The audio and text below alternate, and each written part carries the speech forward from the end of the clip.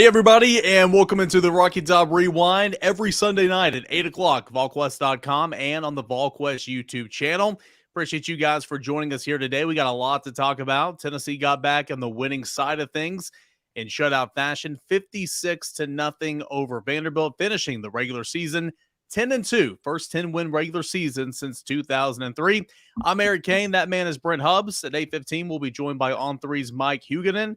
Austin Price will join us at 8:45, and we got a loaded show to get into. A $10 for a VolQuest.com subscription until kickoff 2023. $10 until August 2023, right before kickoff. Take advantage of this deal over at VolQuest.com. And as always, like and subscribe to the VolQuest channel on YouTube. Brent, Tennessee, what a response. It's not going to erase what happened in Columbia. It's not going to erase what happened in allowing 63 points to South Carolina and not getting to the college football playoff. But a really good response from the defense, from Tennessee with the backup quarterback. It was a good night in Nashville in the rain for Tennessee. Yeah, that's what you have to do. I mean, that's what good programs do. They bounce back after tough losses and you know, games that you gave away and all those types of things. And Tennessee did exactly that. And everybody wondered all week long about what the response from this team would be. Where was this team mentally with all the outside distractions and noises and all those things that were out there, Eric? And Tennessee responded well. They got off to the fast start, and then they broke Vanderbilt's spirit early in that third quarter, and then it was a cakewalk from that point on. So a lot of leadership maturity showed by Tennessee, and a lot of competitive juices in there. So I think that was good for Tennessee. Again, I said this last night on the post-game mini pod. This was not a crosswalk game or a crossroads game. I never wanted to call it that, to act like, you know, something was up with Josh Heupel if he didn't win this game. That was an important win for Josh Heupel last night in his program, because that's the first time they've kind of been under that kind of pressure, right? Everything's been house money to that point. You know, if you win, great, and they've beaten the teams they were supposed to beat. South Carolina is the first team that they had not gotten that done, and so it was important for this program to respond the right way, and they did. Yeah, I think it was really impressive in a number of areas. The response, I mean, again, it would be so easy just to lay down. It would be so easy to be disinterested.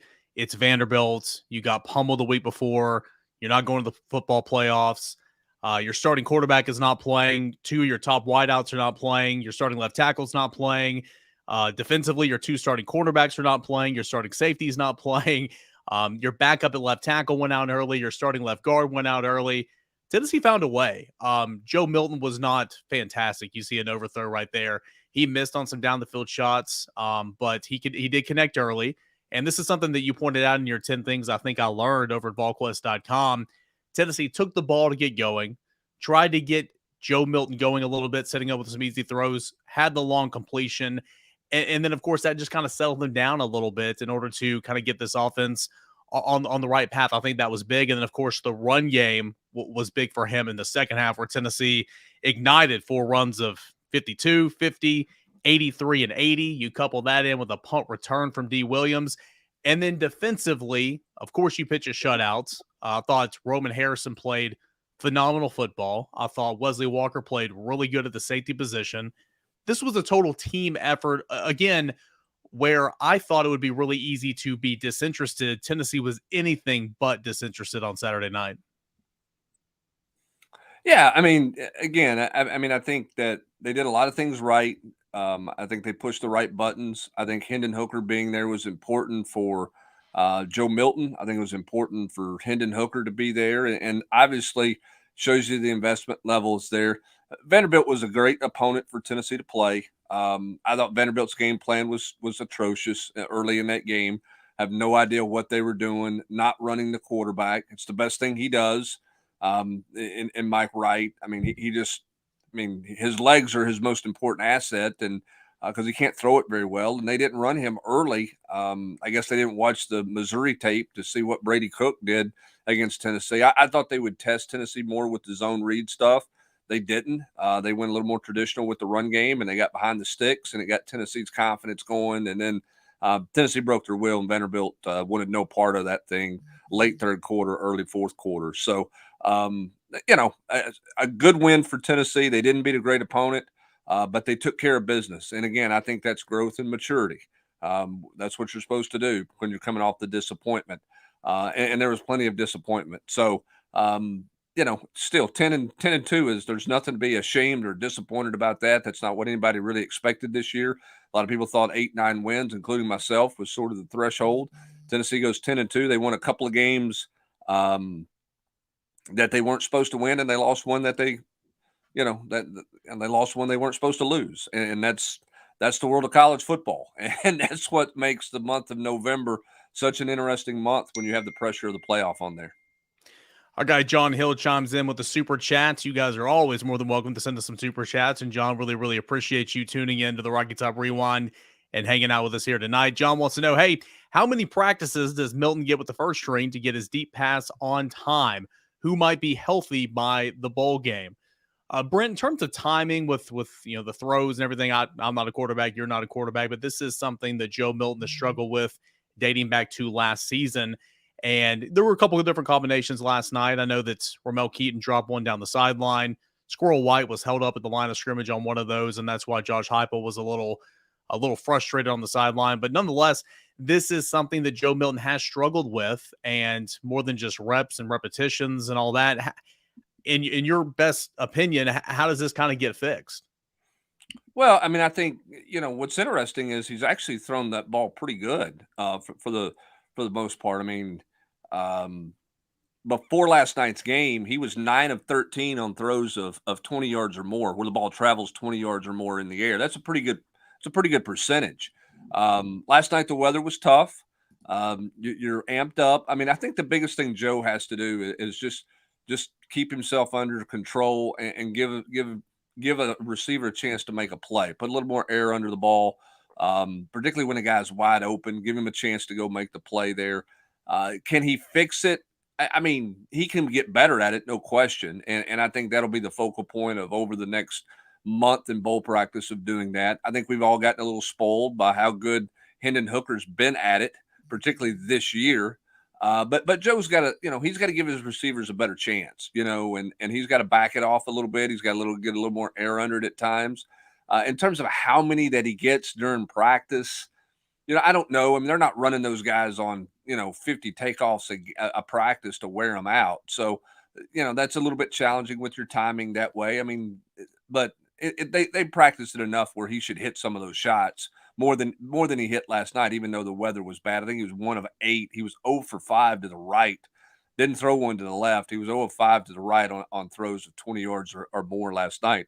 As for his second question in the super chat there, in terms of health, I mean, Cooper Mays is going to be fine. I think they'll get Mincy back. I think they'll get Crawford back. Carvin should be fine. I think Turnage is going to be back. Flowers should be out of that cast. So when you've got a month to get ready, they're going to get a lot of guys well. I think the question everybody's going to ask is anybody opting out, right? Is anybody going in the portal and done with their team? And is everybody eligible academically at the end of the semester? Those are kind of the bigger questions, more so than health. They're obviously not going to get Warren Burrell back. They're not going to get Taven Jackson back this year, and they're not going to get Hendon Hooker back this year. I think other guys are going to be available. Brew McCoy should be fine. Cedric Tillman should be healthy. Is Cedric Tillman going to play in a bowl game? I don't know that he will. So we'll see what happens over the course of the next few weeks with that.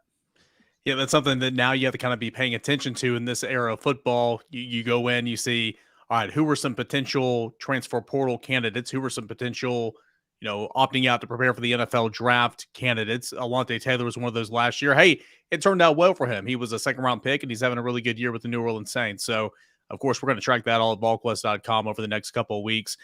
Something I want to bring up, and you mentioned this in your 10 things, I think, I learned over VolQuest.com. You've got a season-high 362 yards on the ground. Josh Heupel's team actually ran for more at Missouri last year, like 450, if you remember that debacle. But a really good game on the ground.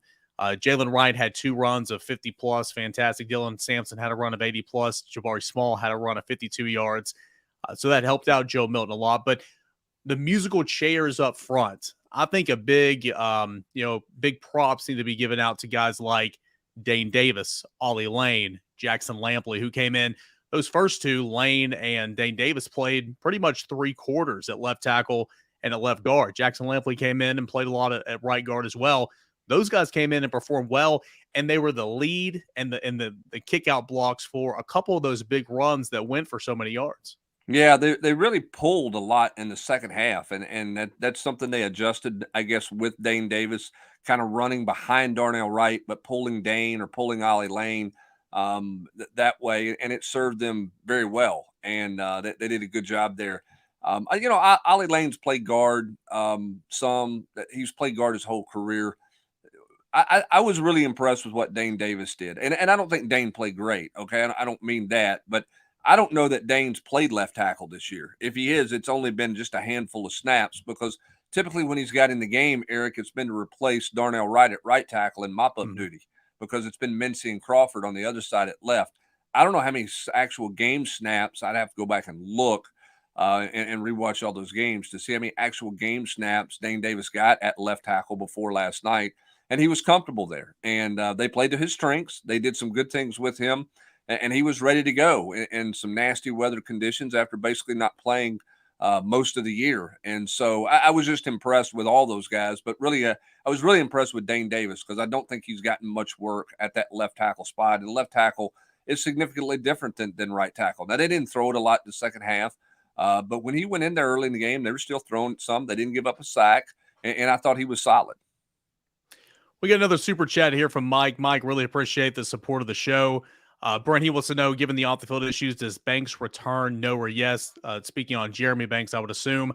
If you have anything to add, please jump in. I do not expect Jeremy Banks to be back for next football season. I think last night was his last game in Orange, and I thought he looked really good. Yeah, we'll see what happens with the bowl game with him, or not. But I don't anticipate him being back next year. I guess crazier things that could have happened. So there's nothing definitive there, but it certainly doesn't feel like he's going to return for another year at Tennessee. Look at the defense. You give up 63 points a week ago. And I understand, Marcus Satterfield had a good game plan. He did well. Spencer Rattler couldn't miss. But I thought Tennessee's defensive line played extremely well when I went back and rewatched. I thought Latrell Bumpus had a sneaky good year. He's been here about a decade.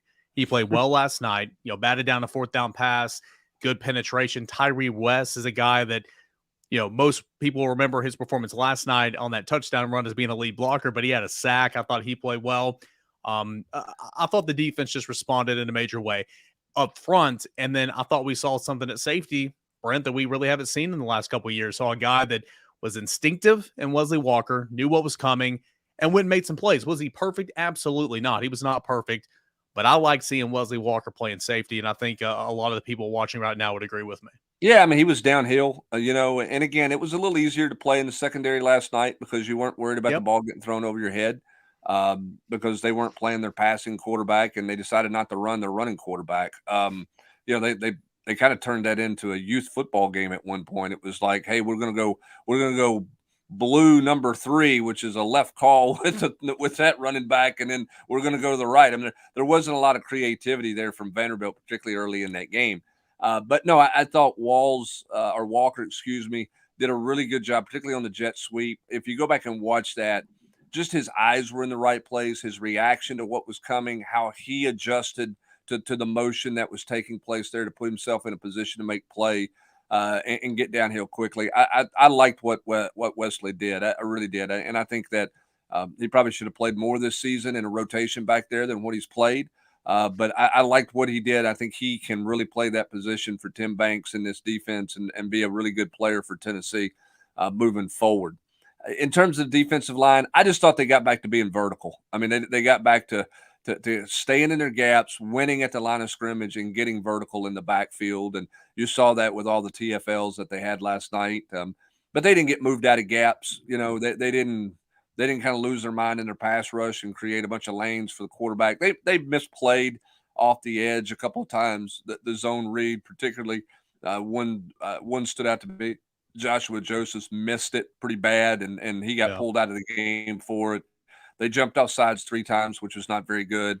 But they missed a couple of those. But overall, that they were really good last night, and kind of got their mojo back a little bit. And again, That's an opponent that had found some things in the run game, and Tennessee gave them nothing in the run game last night, and put themselves in a good position moving forward. They got some help in the college football playoff world, which we're going to talk about a little bit later in the show. Gives Tennessee plenty to play for moving forward. And I think for this team, getting to 10 wins was a big deal. Yes, they're hugely disappointed in the South Carolina loss. They're disappointed in the Georgia loss, but to get to 10 wins, because all those seniors have talked about leaving it better than they found it.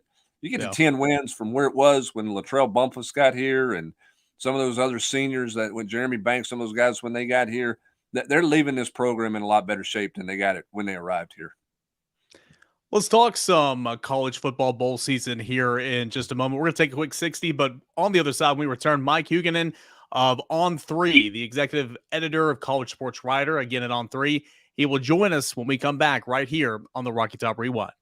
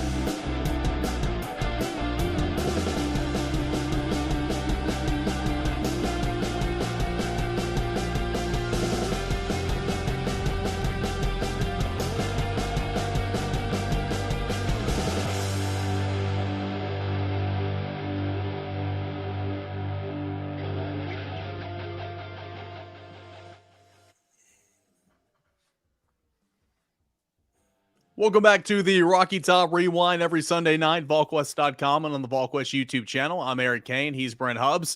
And really appreciate you guys coming and hanging out with us here today. Want to speak on some bowl projections and some other games around the college football landscape. And to do that, we want to bring on our friend from On3, Mike Huguenin. He's the executive editor, college sports writer, again over at On3. Mike, welcome to the show. Thanks so much for joining us. Hey, thanks for having me on. Appreciate it. Mike, when you look at Tennessee and kind of what happened yesterday with some of the losses in front, particularly Clemson and some other things, and depending on where Penn State is in those rankings, what does it look like in terms of Tennessee as a New Year's Six bowl game, Orange Bowl, or Cotton Bowl? I think Orange Bowl is far more likely than Cotton. Yeah, the idea that I heard you guys in the lead in talking about the kind of season Tennessee's had. I think if you would ask Vols fans before the season, 10-2, most of the year you're in the college football playoff discussion and a guaranteed New Year's Six game, every single one would have signed up for it. I think the only unfortunate aspect is that Hendon Hooker, well, I don't think he would have played. He's obviously hurt. I don't think he would have played in the bowl game anyway. But I think the Orange Bowl against an ACC team is most likely, and it's going to be the ACC champ. Will that be North Carolina or Clemson? Both those teams severely flawed. Tennessee, even without Hendon Hooker, can beat either one of those teams. Mike, it's interesting. There's all this discussion about expanding the playoffs, and for financial purposes, I guess we'll eventually get there. But you look at what's happened the last 2 or 3 weeks in college football with the arrival of the college football rankings. It feels like the last 3 weeks have been a playoff deal. That's got to be intriguing to college football and to some people out there who are not sure they want a 12-game or 12-team deal because it takes away some of the intrigue of the last 3 weeks. There's a lot of people around the country watching teams they normally don't watch because it has a bearing on their team, which, is making November interesting when it's typically not been very interesting before the playoff system came in place, right? Agree 100%. And the last 2 weeks lacked huge marquee games. Yes, there were a handful each week, but there still were vastly important games because of potential playoff ramifications, potential bowl ramifications. If it had been a 12-team playoff this year, the Oregon State beating Oregon would have been a gigantic impact.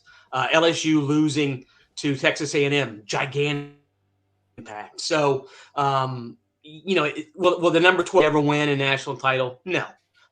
But the point is, I think that it makes far more teams relevant in November.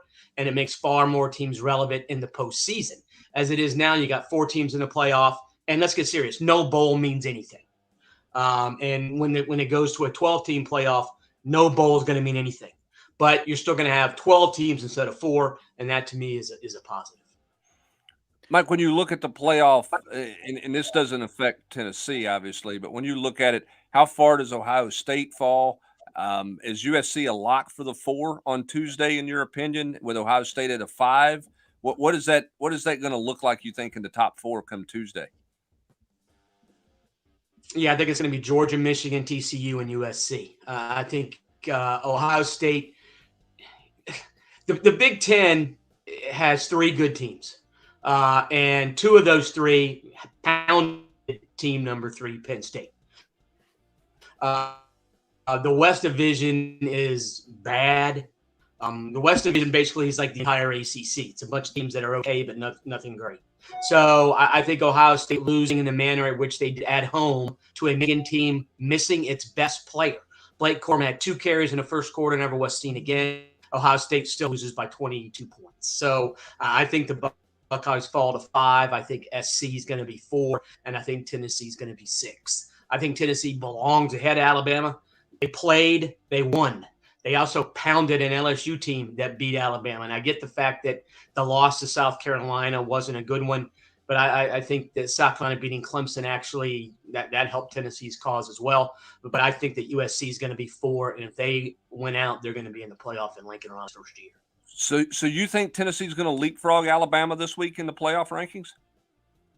Yeah. I know Tennessee beat a Vanderbilt team that wasn't very good. Alabama beat an Auburn team that's not very good. But at some point, head-to-head matchups need to matter. And Tennessee won. I know it was a last-play field goal. I know it was a high-scoring game in Knoxville. But again, I think if you look at what Tennessee did to LSU in Baton Rouge, an LSU team that beat Alabama. So I think that should carry more weight than it did last week. And I also think, again, if you look at Tennessee's loss to South Carolina in a vacuum, that was embarrassing. But then South Carolina turns around and beats Clemson. So I think the loss to South Carolina now isn't as bad. And again, the main reason I had Tennessee at Alabama is the teams played. Tennessee won. Hey, Mike, really appreciate the time. Thank you so much for jumping on with us here on the Rocky Top Rewind, giving us your expertise. And we'll be sure to follow all of your work on college football. You're talking about they had 2 narrow losses. What's their best win? Ole Miss. Ole Miss has lost 4 games. All that stuff over on 3. Alabama Mike, appreciate it, man. Thank you so much. All right, yeah, we had some technical difficulties there with Mike. Sorry about that, guys, but good stuff there from Mike. Give him a follow on Twitter at Mike Huguenin. That's just his name, and he does some great work over at On 3. So, that's Brent, big takeaways. Mike believes that Tennessee will jump Alabama in the college football playoffs. Do you think that's going to happen on Tuesday night? Well, I understand his point, and he's right. I think head-to-head matchups should count at some point. I'm not sure why it didn't count last week. Maybe it was just punishment for how bad Tennessee got beat against South Carolina. But if Tennessee jumps in front of Alabama, then that changes your bowl outlook. Then that brings the Sugar Bowl very much into play. Tennessee would be slated for the Sugar Bowl at that point, unless Georgia got upset in the SEC championship game by LSU, I guess. So Tennessee could be looking at maybe a Tennessee-Texas matchup in the Sugar Bowl potentially. Or a Tennessee-Kansas State matchup in the Sugar Bowl as opposed to Tennessee and Clemson or Tennessee and North Carolina. If Tennessee plays North Carolina in the Orange Bowl, there are going to be a lot of points scored because North Carolina can't stop anybody, but May can throw it, and that they can move the ball up and down the field. So I think if under Mike's scenario there, Orange Bowl being the worst case, Tennessee gets a matchup that's going to be very attractive to Tennessee fans. No offense to Tulane or whoever is out of the group of 5. That's not the most appealing for fans of the Power 5 schools. So I think if Tennessee could land in the sugar or the orange, then Tennessee fans would travel en masse to both of those venues to see those matchups. Yeah, I mean, if you're a Tennessee fan, you want to be in the Sugar Bowl, and I understand that. I think the Orange Bowl is super appealing because a team you could potentially score off against would be Dabo Swinney and Clemson, who fell to South Carolina. And of course, we all know the comments that Dabo made in regards to Tennessee last week. So I think that would be a real fun matchup. Plus, Clemson's got a good defense normally, and I think that'd be a really good showdown. But Brent, it seems like at this point, Cotton Bowl is kind of in the rearview mirror. It's still a possibility, but really it's Orange is probably the favorites, and maybe even a sliver of a Sugar Bowl in there. Feels like those two are more of the potentials than a Cotton Bowl. And of course, with the win on Saturday, Citrus Bowl is completely out. Yeah, and I think it's going to ultimately end up being the Orange. And Tilly makes a good point. Where does Tennessee drop without Hendon Hooker? What does Tennessee look like in the committee's eyes without Hendon Hooker? Do they leapfrog Alabama with that? So I think that's a good point that Tilly makes. And we'll never know exactly what the committee thinks of that. But they obviously, with the loss of Hooker last week, Tennessee took a hard fall in the playoff. I just have a hard time with the committee saying last week Tennessee was behind Alabama. Both teams won games they were supposed to win, and now Tennessee's going to leap back in front of Alabama. That seems unlikely to me, which is why I think Tennessee ultimately ends up in the Orange Bowl. Do you think with Tennessee, with the committee and the playoff rankings and everything, I mean, they take into account in terms of Tennessee still being out of the college football playoff picture, but as Tilly pointed out, there's no Hendon Hooker leading this offense. It is now Joe Milton. So for potential New Year's Six Bowl matchups, whether it be Orange or Cotton or whatever, how much weight will that carry in your opinion? Will it carry some? I don't know. I mean, it shouldn't affect anything. And here's the deal. And I think this is the one thing everybody should remember when it comes to the playoff committee. It's 13 people getting in a room talking about it and making these decisions. It's not a computer. You're not plugging in a bunch of numbers and it's spitting out something to you. There's a humanistic side to that. So in that room of 13 people, does their opinion of Tennessee change because the nation's number one offense doesn't have the guy who's pulled the trigger for him at the quarterback position all year long, right? I mean, let's face it. I mean, there were people who were talking last week that Tennessee couldn't cover because they didn't have Hendon Hooker.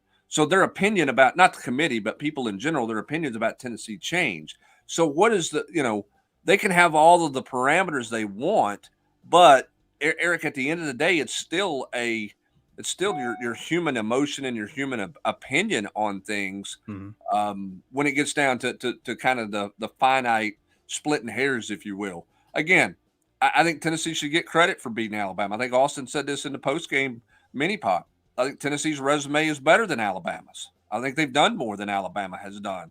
Yet Alabama was still ahead of Tennessee last week after the loss. So I just don't know that they jump. I don't know what the committee will do or think about what Tennessee is now without Hendon Hooker. It's not supposed to be a whole lot of difference and change. But, look, let's be real. I mean, it changes things, right? I mean, what's your opinion of Alabama if they don't have Bryce Young playing quarterback? Yeah, it's not nearly as high. I mean, right. And so I think those things are just the human side of stuff that comes through in those meetings. And there's no way to get away from the human element of it, which they don't want to get away from it when they try to pick those top four teams. And the question is, how much effort do they put in those teams outside the top four? Right? Do they spend a whole lot of time talking about them, or are they going to spend their whole time on the top four? And really, the top four doesn't have a whole lot going on this week, right? I mean, you got Ohio State's going to fall down. USC is going to slide up. That's a natural. If USC wins in the Pac-12 championship game, they should stay in it, and Ohio State should be out of it, I think, when you look at this. Because USC will have won 3 ranked opponents, beat 3 good teams down the stretch here. They're going to get a lot of credit for that. And Ohio State got beat handily on their home field by a Michigan team that was shorthanded. Before we grab another 60, I want to grab a question here. Brad and Wes both kind of alluded to this. We were talking about quarterbacks and Hendon Hooker, Joe Milton. Will Tennessee look to the transfer portal? Just to look for another quarterback. I don't think it'd be a decision based on what happened yesterday with Joe Milton. Again, rain is a big issue, but Brent, I've heard you mention this a couple of times. I just don't think, and I agree with you, if I'm a quarterback in the portal, why would I want to go to Tennessee? You have Joe Milton, who's coming back. He's been in college for 5 years already. You have Nico, who is coming in. How attractive is Tennessee, to coming back into the or to want to come from the portal to Tennessee, unless you just know where your role is going to be? It's going to be for depth.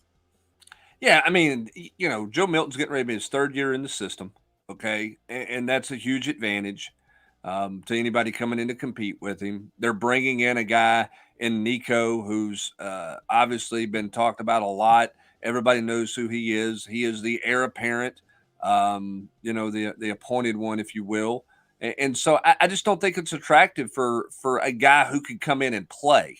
Could it be attractive to a guy who wants to come in and be a part of the SEC for a year and hang out from a lower level school? Maybe. But I don't think you're going to get anybody that's going to come in and really challenge and compete for a job and push Milton or Nico. Nico's going to be here in the spring, so those two guys are going to duke it out and compete there. So I would be stunned if a quality quarterback had interest in coming to Tennessee. And we'll see what happens with Taven Jackson too. I mean, what's he going to do? He doesn't have anything on tape. Probably needs to go through spring practice to get some tape out there if he doesn't want to come back. But I think he'll be here to compete. So when somebody looks at Tennessee's roster, they're going to see Joe Milton, Taven Jackson, and they're going to see Nico coming in. I don't think that appeals to someone looking at the transfer portal going, hey, this is where I want to go. Hendon Hooker came to Tennessee. Tennessee didn't have a quarterback, right? I mean, he looked at that as a golden opportunity to come in and play because Tennessee had no one established at that point. That's not the case right now. I get it. Joe didn't play great last night. Okay. It was not great weather conditions. Hendon's missed some deep balls too, but Joe missed a lot. I mean, a lot of wide open guys. He overthrew them, and everybody flashed back to what he did a year ago and went, okay, it's Pittsburgh revisited. Joe's got to fix that if he's going to be the starting quarterback at Tennessee moving forward. We got plenty more to discuss, more on Tennessee's win at Vanderbilt yesterday, more of your questions. So go ahead and fill up the comment section if you want to get in on the show, and we'll answer your questions. We'll talk recruiting and more bowl projections with Austin Price. That's coming up at 8:45. But we got plenty more left. 30 minutes left here on the Rocky Top Rewind here at VolQuest.com.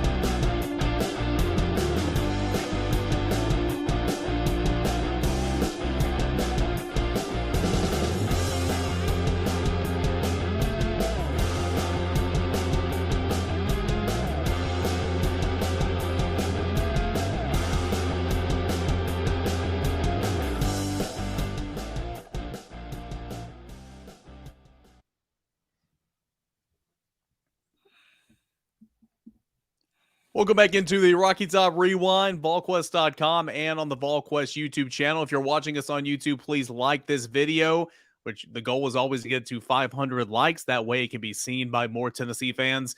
And as always, please subscribe to the YouTube channel. Hey, we got $10 for a VolQuest.com subscription until kickoff 2023.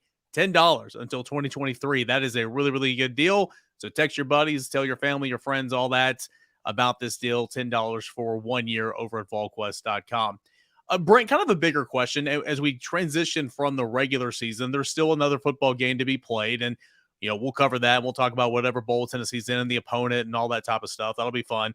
But you're transitioning now from a regular season into those off-season topics of, transfer portal, signing day, coaching changes, all that type of stuff. So kind of a bigger question here. When you look at Josh Heupel's offense, something you and I like to discuss rewatching the game each and every Sunday, I feel like this year we really saw more and more and more wrinkles and evolution of this offense to where, and I'm sure there was some of that last year to an extent, but I don't remember that much from last year in year one in the system.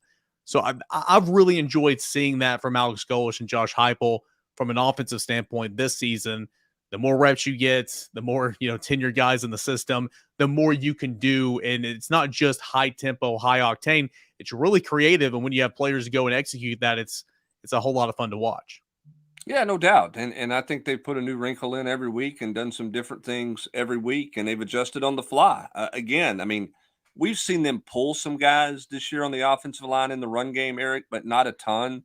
We haven't seen a ton of tackle pulls. That was an in-game tweak that they made last night that paid great dividends for them in the run game. So I think Alex Golesh has done a nice job adding some wrinkles with the tight end. They've schematically done some things to get guys wide open. Last night, they didn't have to do that to get guys wide open. I mean, Joe Milton just missed them, or the receiver got held, or whatever the case may be. But Vanderbilt could not run with Tennessee's wide receivers last night, and that was very obvious from the second play from scrimmage. So they didn't have to do a whole lot of creative things last night. Then when they got the run game going, it was over. But no, I think there's no doubt that they've continued to grow. And the one thing I like about Alex Golesh and Josh Heupel, particularly Golesh, and I think Golesh has been a benefit to Josh Heupel in this regard. It's not just, hey, this is our system, this is what we do. They spend time every offseason really diving into what they do, but then going and looking at some other things that other teams do and try to incorporate that. The tight end stuff is something that Alex Golesh has brought more and more into this offense with Josh Heupel. But they'll spend a whole lot of time looking at a lot of other teams around the country and some NFL teams around the country in the off season, looking at different wrinkles and things they can add, things they feel like fits what they do that could be a benefit to them. And I think that's exciting, and I think that's fun. I think that's why Tennessee fans are excited about where Josh Heupel and this offense is going right now. Yeah, Vols Lover One says Tennessee's run game last night, lights out, almost 3 tailbacks over 100 yards. It was a season out 362 yards on the ground, 4 touchdown runs of 52, 50, 83, and 80. That was a whole lot of fun to watch. Hey, Trey, put that picture back on there of Alex Golesh. It's really unique when staffs are able to stay together for as many periods at a time. There was only one assistant coaching change to the staff last year, and we can't predict the future or anything, but there are future head coaches on the staff. This man, Alex Golesh, being another one. Should we be on the lookout for Alex Golesh potentially entertaining offers as early as this offseason? Because if that question's posed to me, I would probably say yes. That doesn't mean he's leaving, but this is a guy that's going to be a head coach here pretty soon. Well, I mean, I think he will look at anything that's out there. I think the question is what's going to be out there. Colorado seems to be going in a different direction at this point. Now, we'll see if I don't know that Deion Sanders is going to take that job, but we'll see where Colorado wants to go. And I don't know that they would hire Alex Golesh. Is he ready for a Power 5 job? I'm not sure the answer to that at this point.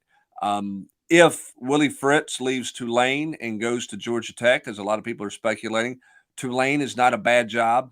Okay, they're established and they have some things there. Who would be on their list? South Florida is open. I'm not sure how good of a job South Florida is. And Tennessee's smartly paying Alex Golesh a lot of money. And so I think Alex Golesh has goals to be a head coach, but I also think that he understands you got to go into a winning situation.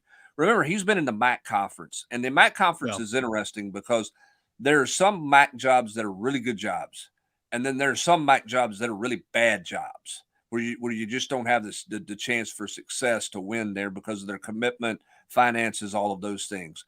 And Alex Golesh has been in that world, so he understands the value of going into a winning situation. Because if your first head coaching job is not a winnable situation, a lot of guys don't get a second head coaching opportunity, right? And so I think because of that, Alex Golesh is smart enough. And I know he's smart enough, but he's got enough experience under his belt to know I just don't need to take a job to take a job. He's being compensated well at Tennessee. His family loves it in East Tennessee.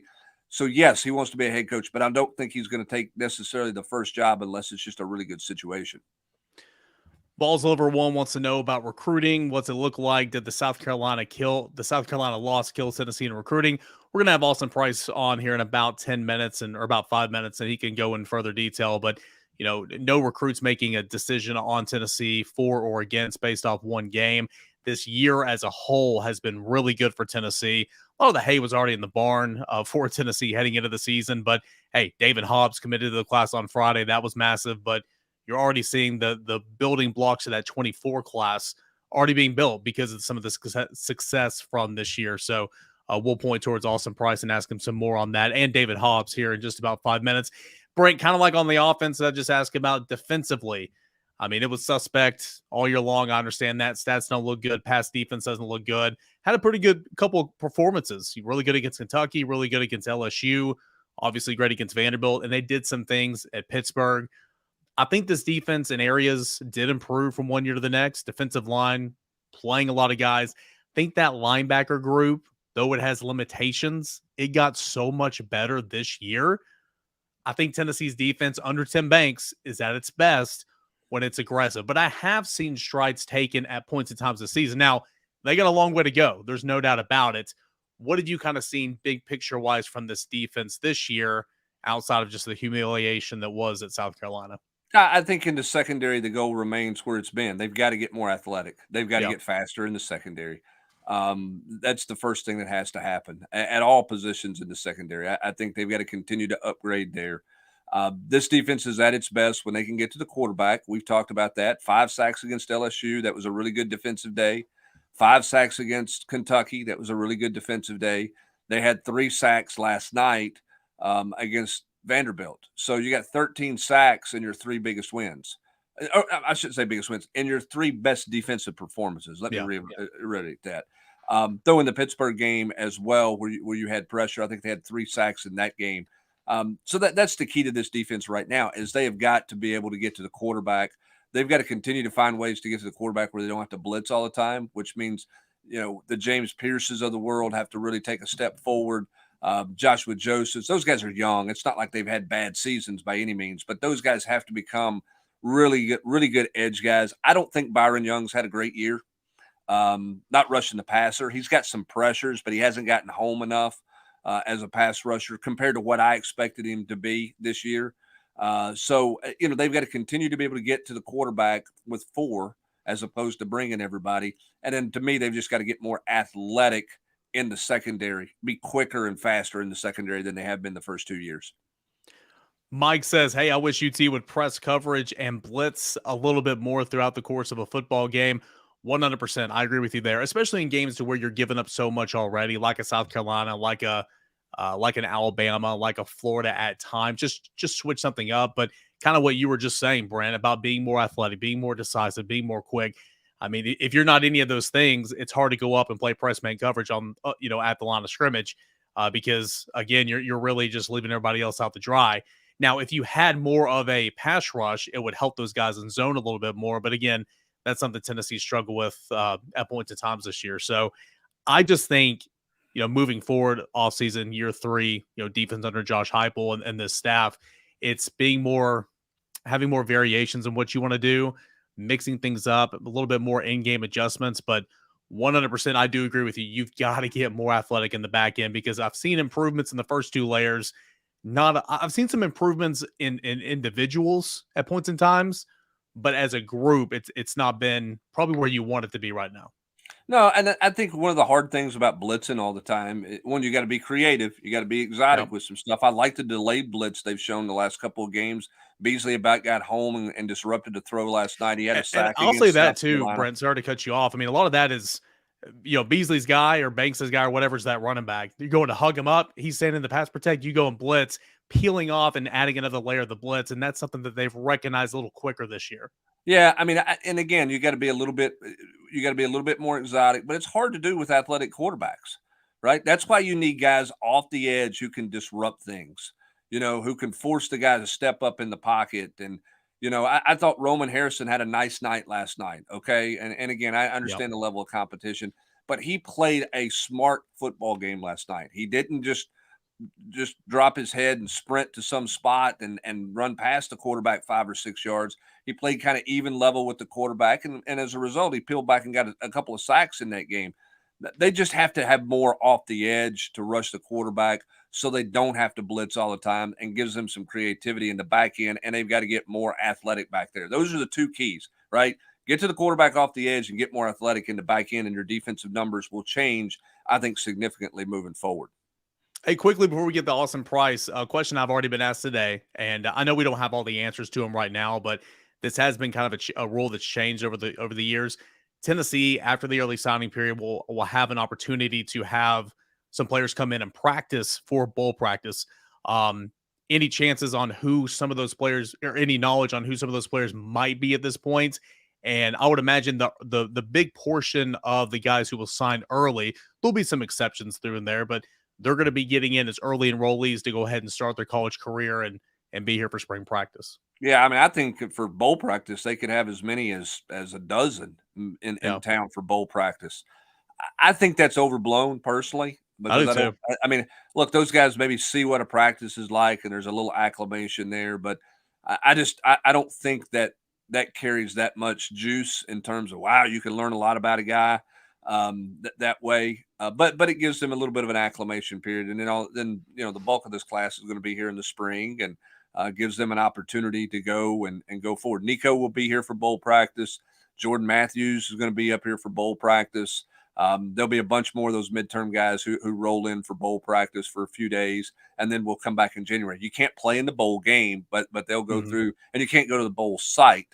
You can go and work and here. So there'll be guys in for 4 or 5 days to go through some workout stuff and practice stuff, just to kind of figure out what it is and see what it is, and then go about their business. Go home for Christmas and watch the bowl game on TV, and then play in an all-star game if they're going to play in an all-star game, and then be here for the start of the spring semester. Remember this, spring semester starts later at Tennessee than it used to. So instead of those guys being here right after the first of the year, it'll be the middle of January before they move in and get here, because of the way the academic calendar is different now at Tennessee.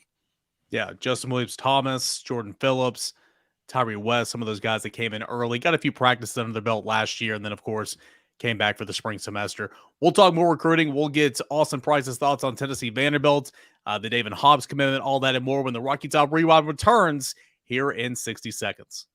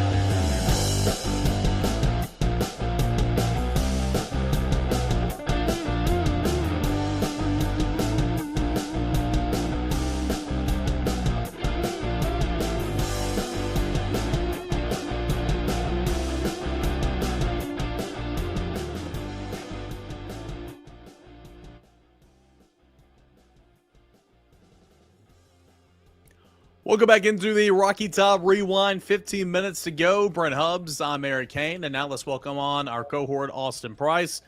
Austin, you sat right next to me in that press box. You watched Tennessee defeat Vanderbilt 56-0. Your big takeaways from that game, where Tennessee finishes the regular season off 10-2. Don't remind me I had to sit beside you in the press box. Yeah, buddy. Finished it off in style, bounced back defensively, made plays. I thought they left some plays out there defensively. I thought they could have, got a couple more turnovers. Jeremy Banks dropped a couple of opportunities to get a pick. Offensively, Tennessee did what they needed to do in the run game. Joe Milton was efficient, good, not great. But can they build on that heading into a New Year's Six bowl game that right now I think would be pegged for the Orange Bowl? And who knows, there's opportunities there. If Alabama slipped into the backside of the college football playoff, I think that's a small opportunity, but it's a small chance. But it could happen. If that happened, then Tennessee would be to the Sugar Bowl. But this is a team that was had a lot of people talking about it this past week in negative connotations, and all they did was block out the noise and go out there and take care of business handily against the Vanderbilt team that just not very good. Yeah, let's hear from Josh Heupel. I meant to play this earlier in the show. This is Josh Heupel. He made reference to this in the post-game press conference last night about some of the outside noise, questioning the culture, everything that was going on. inside the locker room. This is Josh Heupel moments after Tennessee defeated Vanderbilt by a score of 56-0.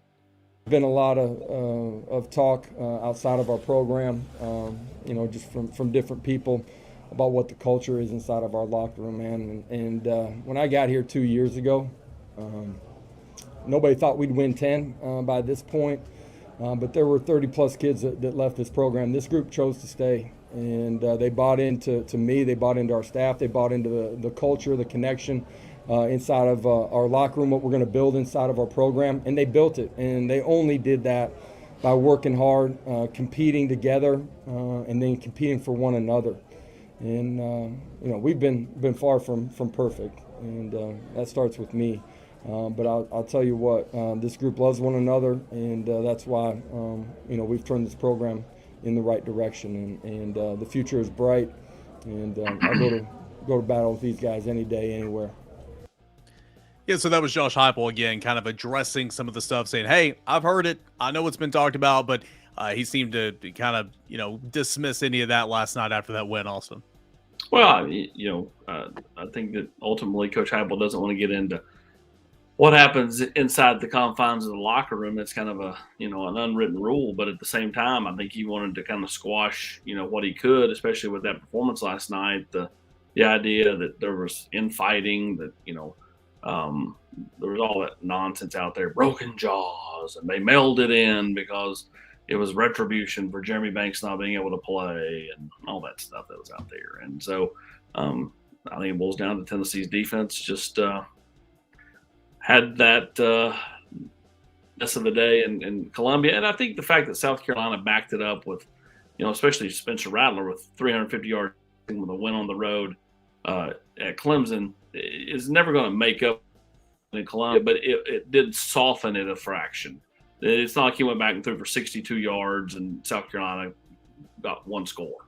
South Carolina went on the road. They've not won in a while over at Death Valley. So, you're never going to forget. You're never going to get over, what happened in Columbia. But, again, Tennessee 2 and going to go to a New Year's Six bowl game. And every Tennessee fan on the earth would have signed up for that, before the season started. And I said this on the podcast afterwards, and I still think it to be true.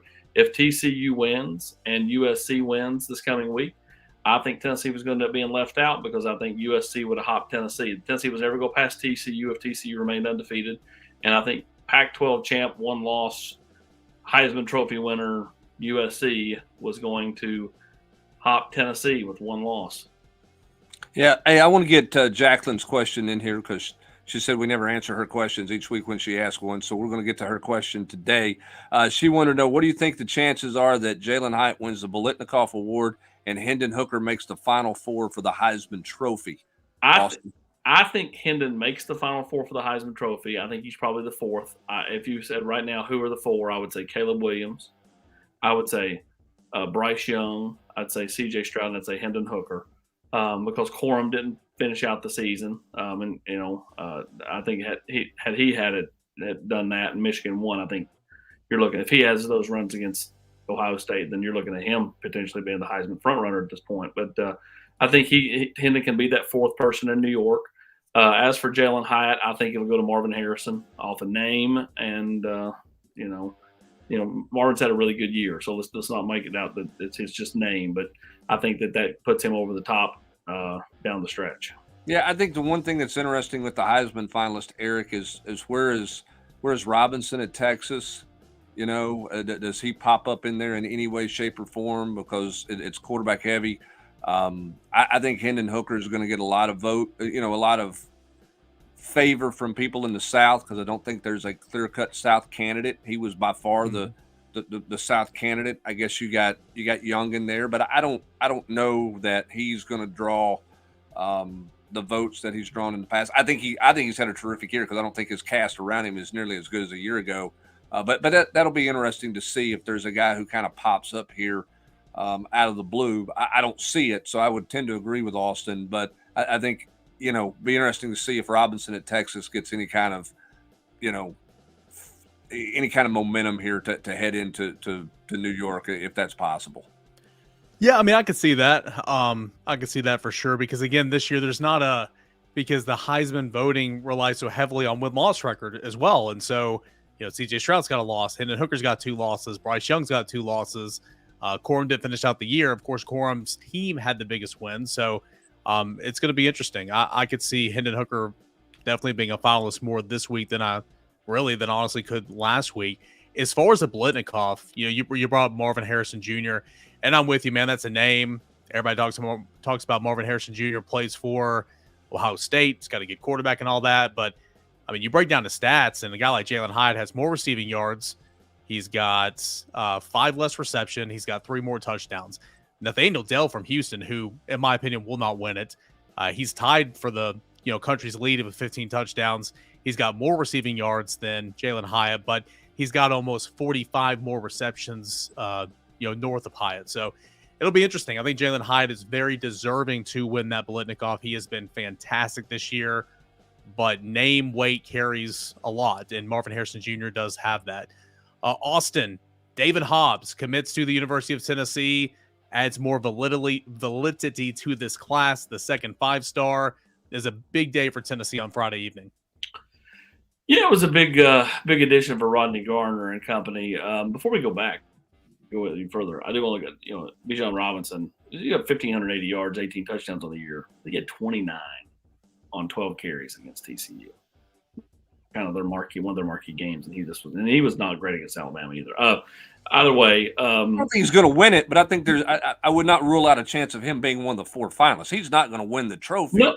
I know that's what you're making. Take 4 quarterbacks is my point. No. I understood your argument. I understood your thought line of thinking. I was just looking at has he done enough in big games to even warrant being there? Maybe the TCU game stands out, but either way, it doesn't matter. So David Hobbs, huge pickup for Rodney Garner, huge pickup for Josh Heupel. Second 5-star in the class. More importantly, Hubbard, D lineman, man. I mean, Tennessee's linemen, tackles, whether it be offensive tackles, defensive tackles, those don't grow on trees. And you had a guy that can play strong side DN, can slide inside and play tackle as he continues to put on good college weight, and a freak athlete. He played a lot of tight end there. Was a basketball player, great feet, soft hands. I think his best football is ahead of him. I don't think he's really ever committed himself to football until like the last 6 months when he realized, this is actually where, I'm going to actually, make my money, doing this versus, playing hoops as a North Carolina kid. I think that he's only going to get better. Well, and the thing I like about that one, and I think the significance of that one is Tennessee was behind. Tennessee was playing catch-up in that deal, and they had to overcome some things early this summer with him. And Rodney Garner and Coach Chop and Josh Heupel obviously made him a priority. When he felt that way, he really bonded with this coaching staff. But there was a period of time he didn't feel that way. And typically you have a hard time winning those, Austin, when you feel like you're behind like that heading into the fall. It's a heck of a job recruiting by this staff to do that. And look, they got, not lucky, but the visits fell right for them, which was a good thing as well. But you got to give that staff a lot of credit because they were playing some serious catch-up in August, in my opinion. They were, and honestly, had they pulled the trigger way earlier, I think he would have been committed a long time. But I think for Tennessee, it works out better they didn't because you're able to still land him. And there he was down the stretch. You're picking Tennessee over Georgia, Alabama, Ohio State, Michigan. I mean, these are all teams that are competing to be in the playoff. That are top 7 or 8 in the college football playoff rankings.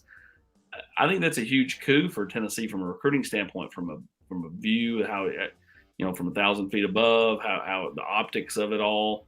Like I said, I think had Tennessee offered back last February, he would have been committed to Tennessee this summer, and it wouldn't have been this big addition late by picking Tennessee over these teams that you want to routinely compete against if you're the Vols. And again, in terms of environment, energy, juice, he was here when Tennessee beat Florida. He was here when Tennessee beat Alabama. And again, like we talked about earlier, no recruit's going to pick Tennessee on 1 win or 1 loss, but just everything that was that environment for those 2 games as Brent said, it was kind of perfect. Hey, we're up against it real quick. Justin did want to know, and I saved it for you to get on here, Austin.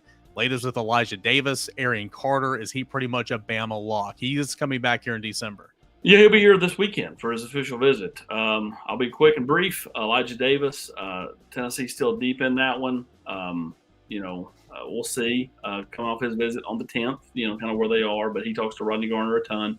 Arian Carter will visit this weekend. He was just at the Iron Bowl, going back to Alabama the 10th. So I understand that. The Alabama lean, I would definitely say that. But this weekend can turn things, if he gets down here and really feels a good vibe. Again, he's going to take an official visit with his 7-on-7 teammates, Caleb Herring being one of them. There are people he knows on this roster. I think that can help Tennessee. We'll see how that goes. Again, recruiting prediction machine. Alabama is definitely the favorite. I wouldn't call them 97.4%. Tennessee's not even on that. But, it's Tennessee and Alabama, for that guy. The guys get ready. You guys need to go get a good night's rest, get a good night's sleep, because when the portal opens up here in about a week, it's going to be a no sleep December for everybody. Yeah, that's what I was going to ask you, and we're going to go a little overtime here for a couple of minutes, but because everybody's talking about the mass chaos that this is getting ready to be. Austin, is it going to be the mass chaos that everybody thinks that it's going to be, or is this going to be a situation where a lot of guys are putting feelers out there, say they're going to go in the portal, see what's available for them? Because listen, it's free agency. All these guys in the portal are looking for NIL money. And some guys get their bluff called a little bit, or maybe it's not what they thought it was going to be. There's not going to be available for them. And a good number of these guys end up going back to their school, or do you think it's going to be the mass chaos that a lot of people have talked about for several months now? I think it's going to be mass chaos. You think that many guys are moving? I think there's going to be some of the instances that you're talking about where guys don't really want to leave, but they're going to kind of, behind the scenes, hey, man, this school's called, that school's called. Pony up, or I'm going to go. And then you're going to see some schools call some bluffs. And then we'll see what happens if those kids return or not. So I do think what you're insinuating is something that we'll see some of, but I also think you're going to see, I think there's going to be a couple of big time quarterbacks that move around. I continue to hear a certain big timer in the ACC could be on the move, and we'll see if that happens. Would make some sense. But this thing's going to be wild this whole off season, and especially the next 3 or 4 weeks. And if you're not kind of going ahead and figuring some things out there, behind the scenes, then I'd say you're not going to land too many kids. So I think it's going to be interesting to see kind of how this plays out and how quick all the schools can kind of adapt to this new crazy time of year. It is definitely a new era of college football. Got to have all your ducks in a row.